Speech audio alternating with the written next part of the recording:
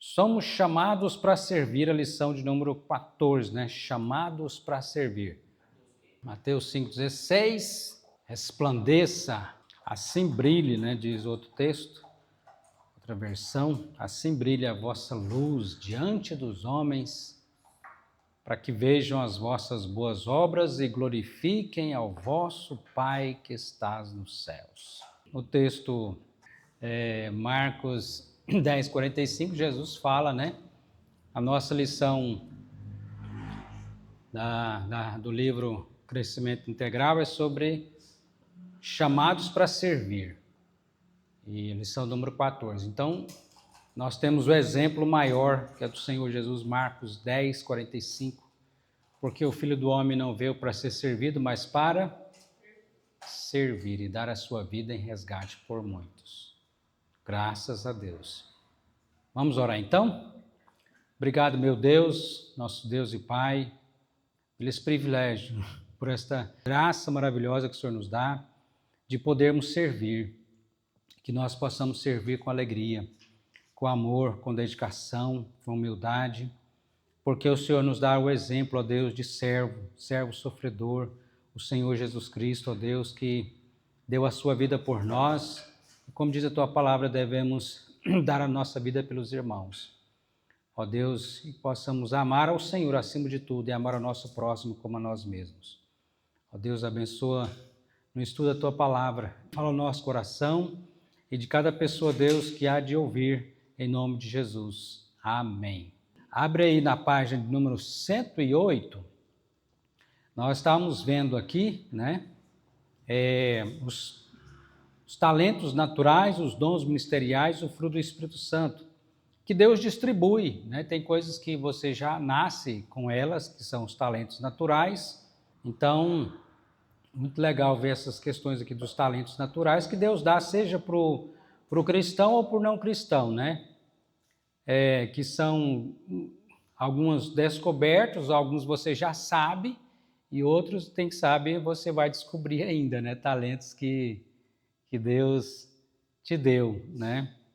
E aí fala assim, no quadradinho aí dos talentos naturais, operam na sociedade e na igreja pela capacitação pessoal, foco em áreas de potencial pessoal, profissão e serviço.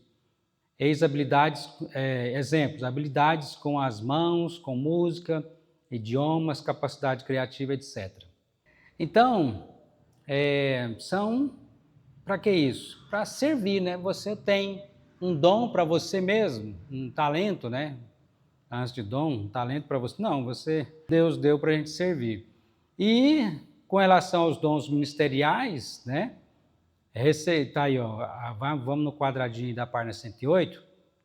Recebidos no Novo Testamento, ou no Novo Nascimento, e descobertos ou não. Então, como eu gosto de dizer, que todo crente tem pelo menos um dom, né? Não tem ninguém que nasceu de novo, é nova criatura e não tem dom de nada.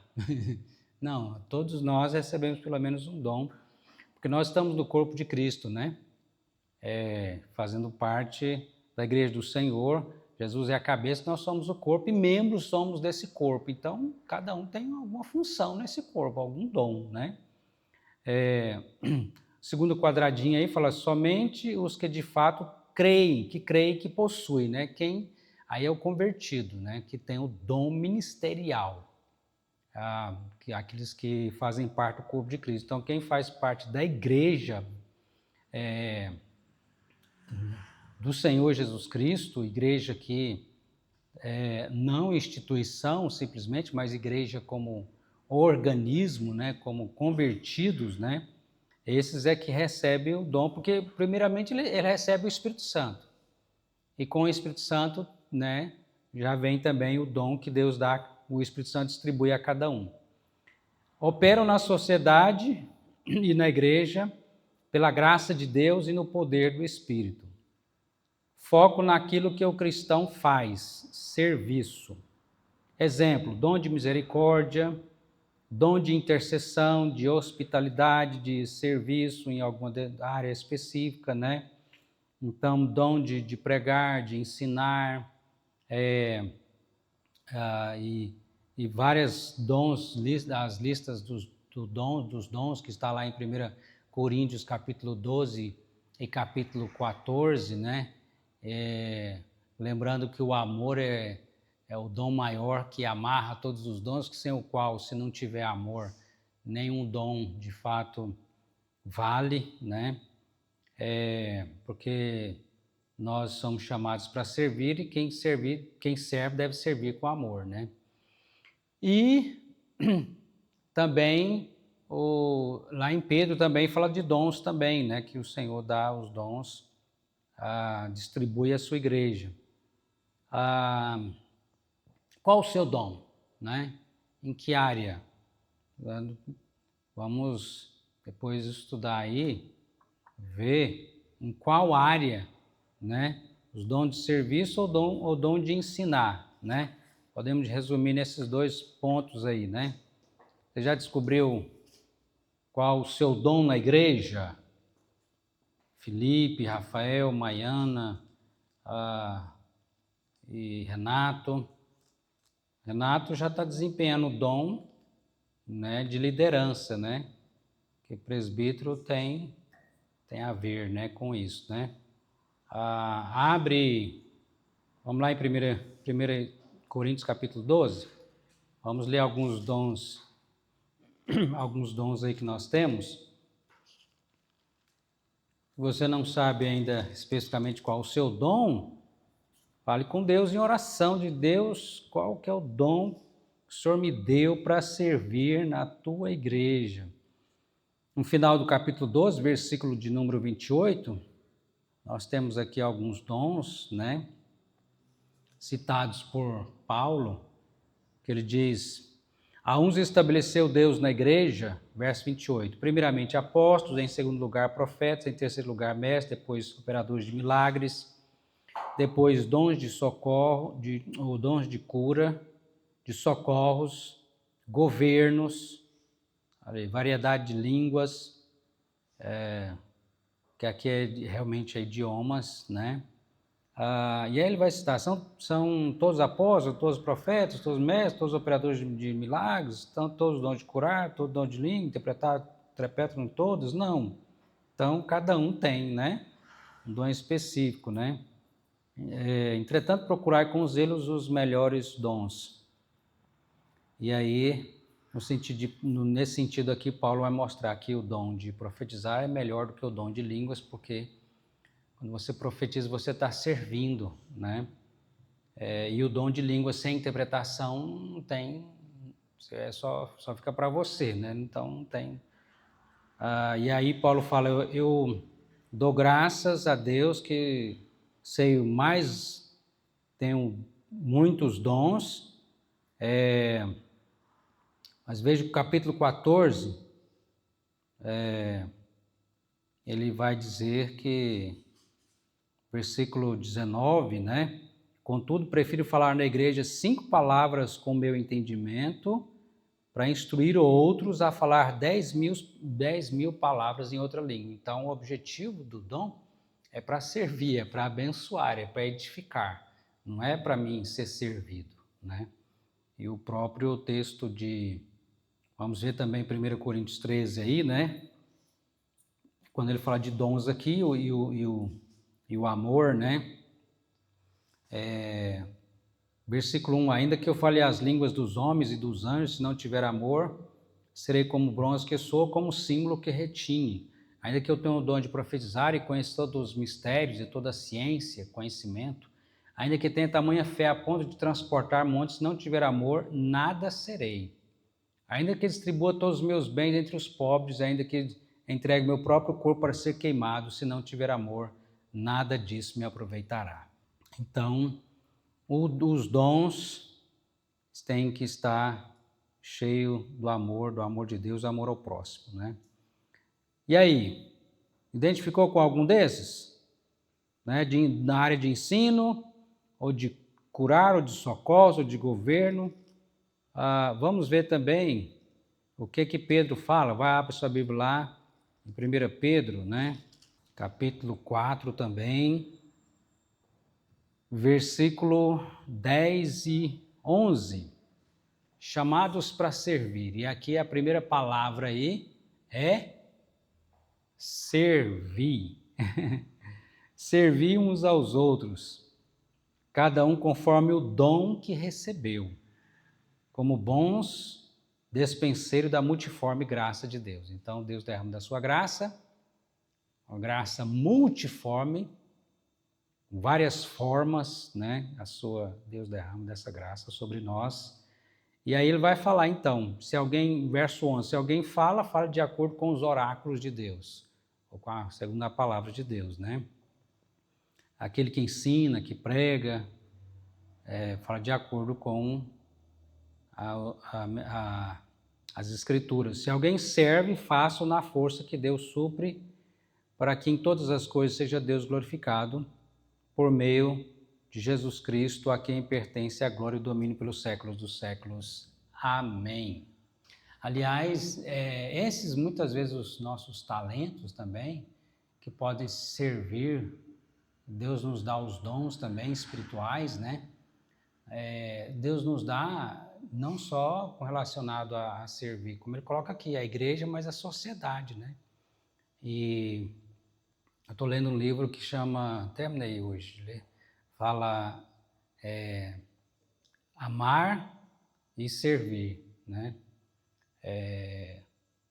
Então, a cultura do voluntariado, né?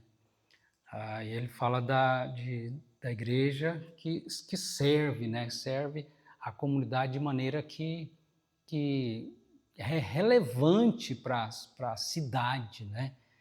E que a gente possa orar e sonhar com isso, que de fato cada vez mais nós possamos ser uma igreja onde a gente possa alcançar, né?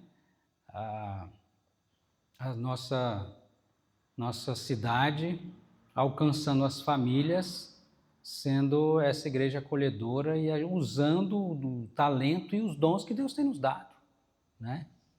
Não tem os mutirão que o pessoal faz? Vamos fazer o nosso mutirão também como igreja para acudir, né, as pessoas que estão precisando de ser atendidas, em cada um desenvolvendo o dom, o talento que recebeu de Deus, né?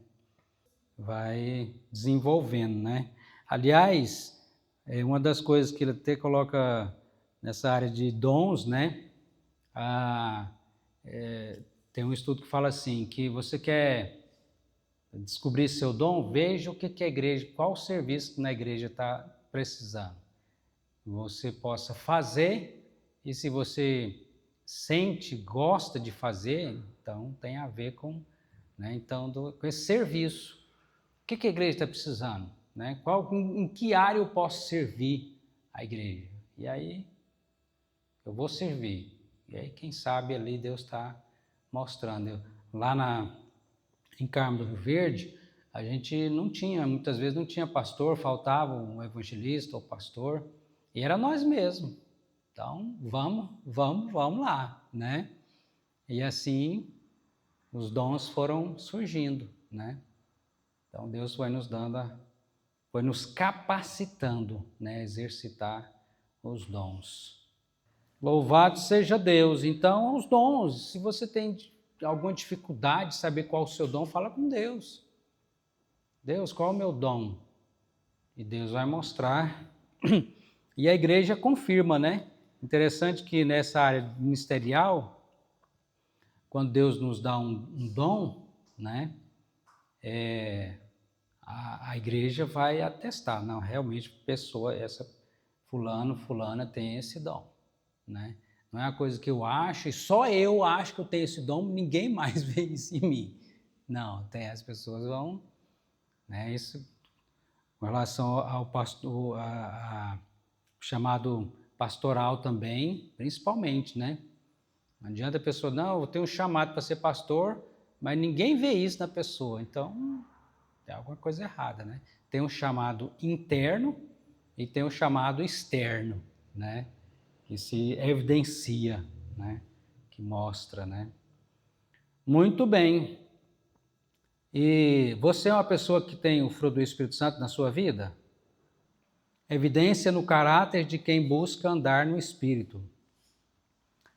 deve ser o anseio de todo cristão verdadeiro. É resultado da operação de Deus em nós, convidando-nos a cooperar para o seu amadurecimento. Então, vamos crescer. Nem sempre o fato da pessoa ter um dom significa que a pessoa é madura, né? O que traz a maturidade espiritual é viver o fruto do Espírito Santo. Foco naquilo que o cristão é, um caráter, né? Porque o dom tem a ver com o fazer, o fruto tem a ver com o ser, né? Fruto do Espírito Santo. O único fruto com as características listadas em Gálatas 5. Achou aí o texto? Mas o fruto do Espírito é amor, alegria, paz, longanimidade, benignidade, bondade, fidelidade, mansidão, domínio próprio. Contra essas coisas não há lei. Então, amor. E o que é amor? Basta você ler 1 Coríntios 13, né? O amor é benigno, paciente, o amor não se ufana, não se ensoberbece, não se conduz inconvenientemente, não procura os seus interesses, não é orgulhoso, não se exaspera, não se ressente do mal, não se alegra com a injustiça, mas regozija-se com a verdade. Tudo sofre, tudo crê, tudo espera, tudo suporta. O amor jamais acaba, o verdadeiro amor, né? Então, a natureza do amor está aí descrita por Paulo em 1 Coríntios 13, né? É claro que nós não vamos viver esse amor na perfeição só Jesus, mas Deus nos dá a graça de vivermos também o amor a Deus e o amor ao próximo, né? E aí, ore por isso, ore por isso. Nós temos aí as qualidades positivas e aquilo que o amor não é, né? O amor é benigno e é paciente. E aí depois vai dizer o que ele não é, né? E vale a pena pegar esse texto e colocar ali em oração. Usar a Bíblia para orar. Já pensou se a gente usasse mais a Bíblia para orar? Né? Então, o amor, e aqui nós podemos dizer que, como o Rafael falou, de fato o fruto do Espírito está aí no singular. O amor é amor e podemos dizer o amor e seus derivados, né?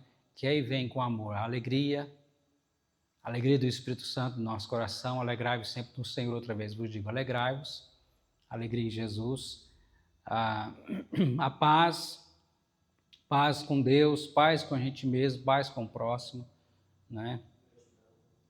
A gratidão, né?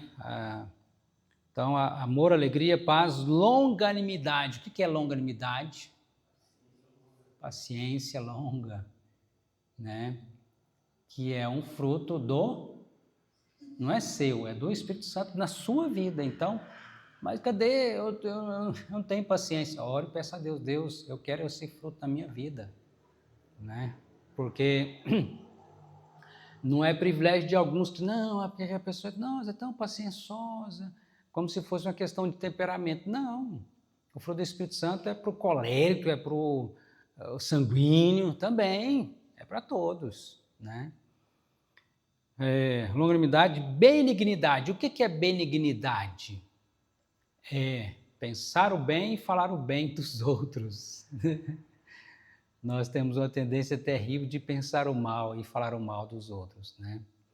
Mas o fruto do Espírito Santo é pensar o bem e falar o bem dos outros, né? E o que é o contrário de benigno? Maligno. Já pensou? Coisa terrível. Quando a gente pensa mal e fala mal dos outros, o que a gente está sendo? Não benigno, mas maligno, né? É isso que o diabo faz, né? Então a gente não é filho do diabo, nós somos filhos de Deus. Então, benigno. Longanimidade, benignidade, bondade, né? Fidelidade e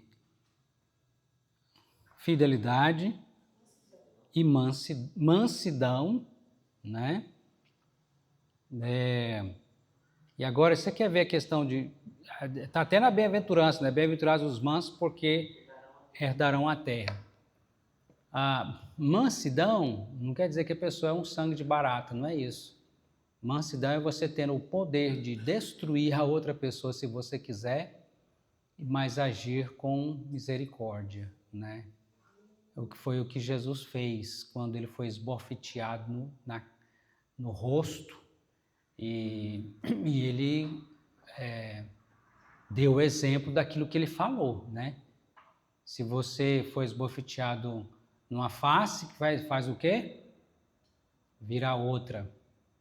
Qual que é a outra face? A face espiritual.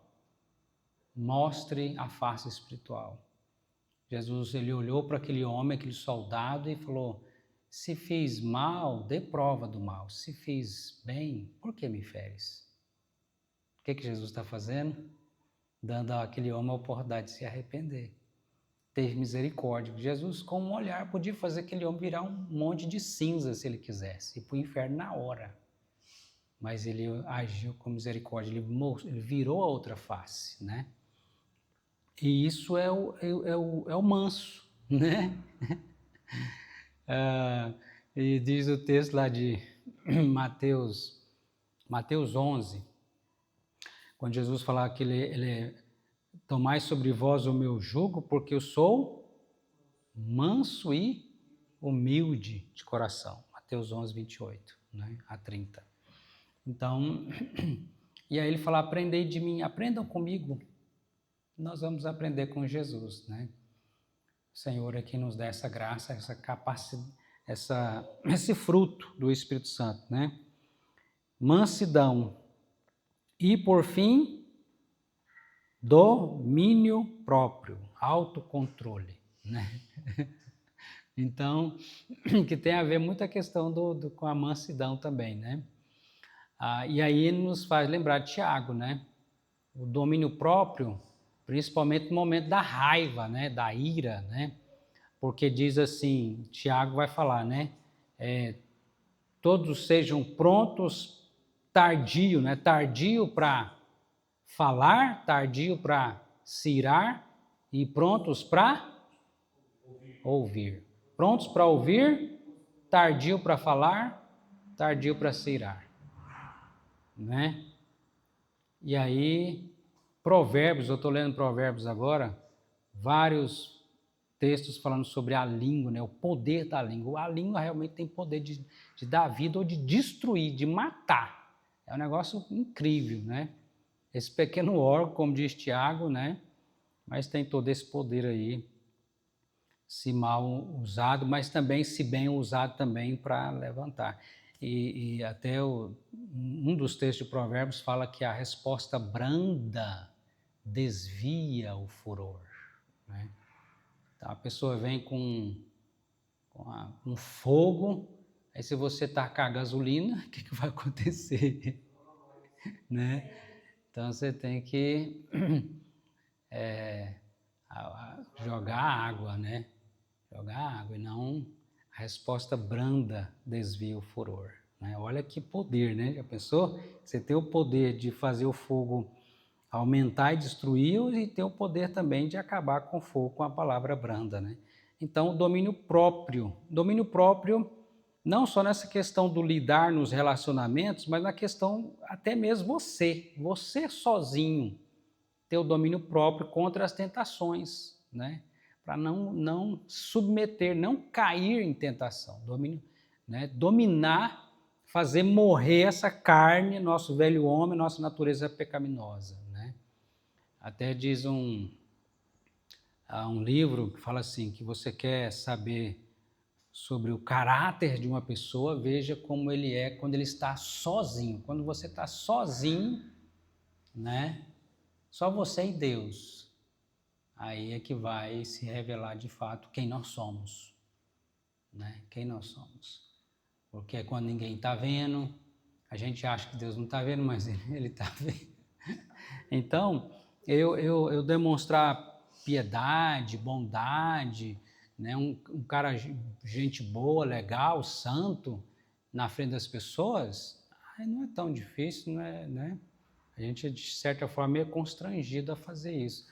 Mas sozinho, né? Aí é a hora que, de fato, O domínio próprio tem que estar vivo e forte na nossa vida, né? Pastor, tem a história do diácono, ele tinha um filho pequeno, e o filho pequeno chegou para o pastor e falou assim: nossa, pastor, eu quero morar aqui na igreja. Qual a bênção de Deus, esse menino aí vai ser pastor, é crente demais. E o pastor perguntou assim: mas por que? O que te faz querer morar aqui na igreja? Não, porque aqui na igreja meu pai é bom demais. Meu pai não bate minha mãe, não bate em mim. Nossa! Então eu queria morar aqui na igreja. Ai. É muito bom. O menino queria morar na igreja porque na igreja o pai era maravilha, mas em casa, misericórdia. Então, essa vida dupla, né, irmãos? Misericórdia. De fato, tem muitos cristãos, né, hoje vivendo essa vida dupla que é uma tragédia, né? Uma coisa na igreja, outra coisa no mundo. E que Deus tenha misericórdia. Então, o fruto do Espírito Santo está aí. E qual que é o mandamento de Deus com relação ao Espírito Santo que está lá em Gálatas, ou Efésios 5,18? Você já sabe de cor, Efésios 5,18. Muito bem. Tá vendo? Você aprendeu aquele dia e não esqueceu. Parabéns. Ela lembra de coisa que eu fiz 10 anos atrás, sabe? Um versículo desse tamanhozinho, não vai lembrar. Então, não vos embriagueis com vinho no qual há dissolução, mas enchei-vos do Espírito Santo. Mandamento de Deus para todo cristão, para todos nós, né? Que assim nós possamos viver, né?